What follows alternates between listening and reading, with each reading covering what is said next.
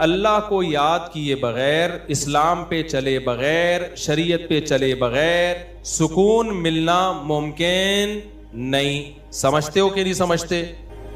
خوش رہنا ضرور، اور شریعت پہ چلنا سستی کے ساتھ ممکن نہیں ہے. ابھی رفیع بھائی بھی سو رہے ہیں.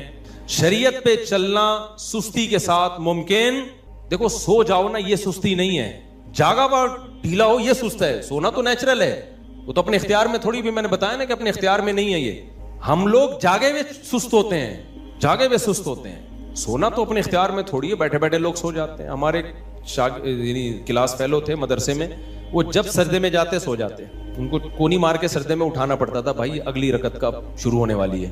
حالانکہ بہت ایکٹیو تھے، وہ بہت ایکٹیو تھے. میں نے بہت ایکٹیو لوگوں کو دیکھا ہے بیٹھے بیٹھے سو جاتے ہیں. یہ تو یہ دماغ اپنے اختیار میں نہیں ہے. قوم کا مسئلہ جاگنے کے بعد شروع